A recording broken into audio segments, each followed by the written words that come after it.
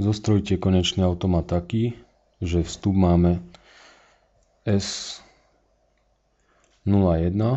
a výstup máme R hodnoty 0,1 a funkcia bude taká, že jednotku bude nadobúdať vtedy, ak počet jednotiek vo vstupnom reťazci S1 až ST je deliteľný 2 a 0 inak.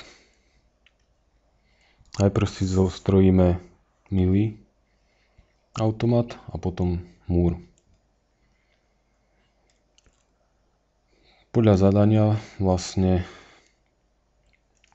zisťujeme, že potrebujeme zostaviť automat, ktorý nám bude hovoriť o tom, či máme párny počet jednotiek v reťazci alebo nemáme párny počet jednotiek. To znamená, že počet stavov v danom automate bude 2. Takže môžeme si nakresliť 2 stavy, ktoré označíme P a N, čiže P je počet jednotiek je párny a N počet jednotiek je nepárny.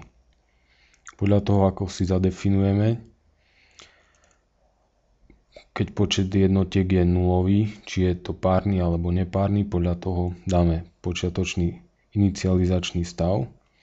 Takže ja to zadefinujem tak, že keď je počet jednotiek 0, tak berieme to ako párny stav jednotiek. No teraz, keď je párny počet jednotiek a príde nám nejaká 0, tak sa nám počet jednotiek nemení. Príde nám 0, čiže 0 na vstupe a výstup v tom prípade bude 1. Ak príde nejaká jednotka, tak výstup bude 0 a prechádzame už do stavu nepárny počet jednotiek. Ak v nepárnom počte jednotiek príde 0, tak náš výsledok to vlastne neovplyvňuje. Preto 0 lomeno 0, 0 na výstupe podľa zadania. A ak v nepárnom počte jednotiek príde jedna jednotka, tak vlastne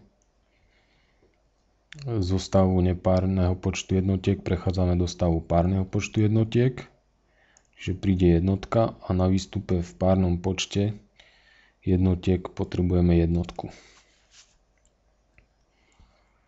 Automat múr má kombinovaný stav s výstupom, takže označíme to tak, že v stave párnom potrebujeme výstup 1 a v stave nepárnom počte jednotiek potrebujeme výstup 0. A inicializujeme si P lomeno 1.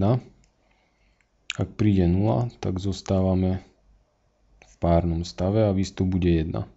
Príde jednotka, tak prechádzame do stavu nepárneho počtu jednotiek a výstup bude 0. Ak v stave nepárneho počtu jednotiek príde 0, tak zostávame v tom istom stave. Ak príde jednotka, tak prechádzame do párneho počtu jednotiek a výstup v tomto prípade je 1.